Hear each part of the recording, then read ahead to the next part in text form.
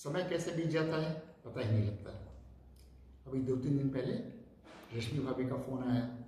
उन्होंने बताया कि अनिल भैया को गए हुए 25 वर्ष हो गए हैं, विश्वास ही नहीं हुआ। वो चाह रही थी मैं उनके बारे में कुछ कहूँ।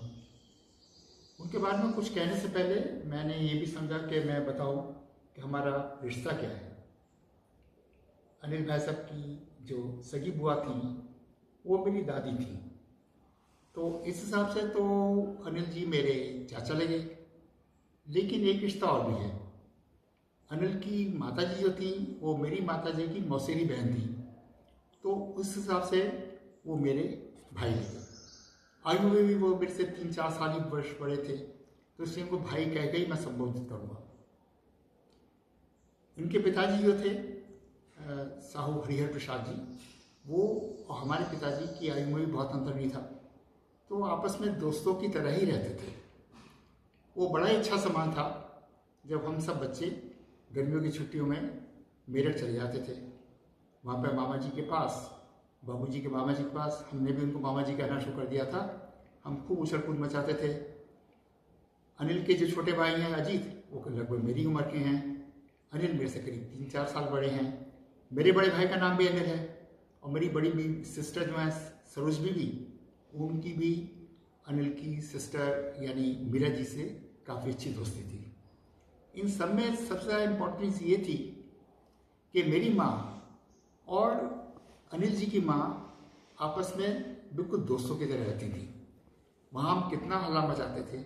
मैंने स्विमिंग करना वहीं पर सीखा, गोलियाँ खेलना, पता नहीं हम क्या क्या करते रहते थे।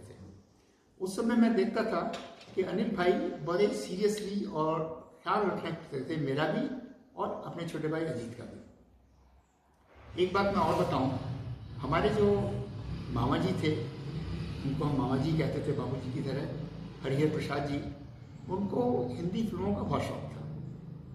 उनका अपना एक सिनेमा घर भी था, और उस ज़माने में कई पिक्चर्स, मशहूर पिक्चरों के उन्होंने प्रीमियम अपने सिनेमा में करे।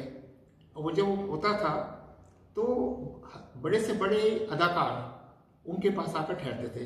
मेरे को याद है दिलीप कुमार जी, सायरा बानू, सब आके उनके यहाँ ठहर चुके हैं। और जब वो लोग आते थे तो वो हमको सूचित करते थे, और बाबूजी और हम सब लोग दल भर के साथ वहाँ पहुँच जाते थे।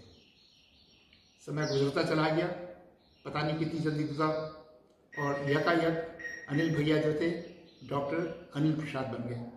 डॉक्टर अनिल प्रसाद मेरठ के बहुत ही जाने माने डॉक्टर, ऐसे डॉक्टर जो अपने मरीजों को मरीज नहीं समझते थे। उनके लिए हर एक मरीज उनका या तो बेटा था, या बेटी थी, या बहन थी, या माँ थी, या पिता थे।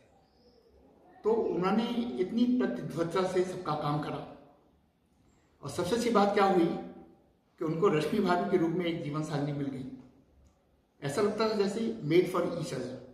भाभी बड़े सुचारू रूप से आई, बहुत अच्छी पढ़ी लिखी थी, प्रोफेसर थी, और उन दोनों को देख के लगता था कि भगवान ने क्या जोड़ी बनाई है। समय करता चला गया, और फिर अचानक ही एक दिन खबर आई कि भाई साहब नहीं रहे। सुनकर बहुत अफसोस हुआ, लेकिन अब क्या किया जा सकता है।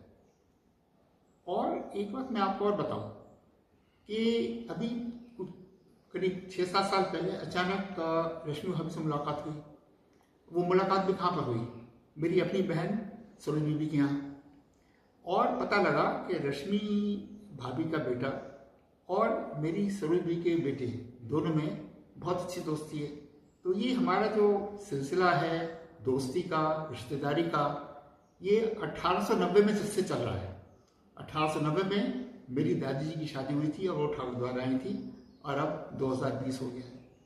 मेरी भगवान से यही प्रार्थना है कि डॉक्टर अनिल प्रसाद जी के जो गुण थे वो पीढ़ी दर पीढ़ी उनके परिवार में बने रहें। सब लोग सुख शांति से रहें। सबको नमस्कार, धन्यवाद।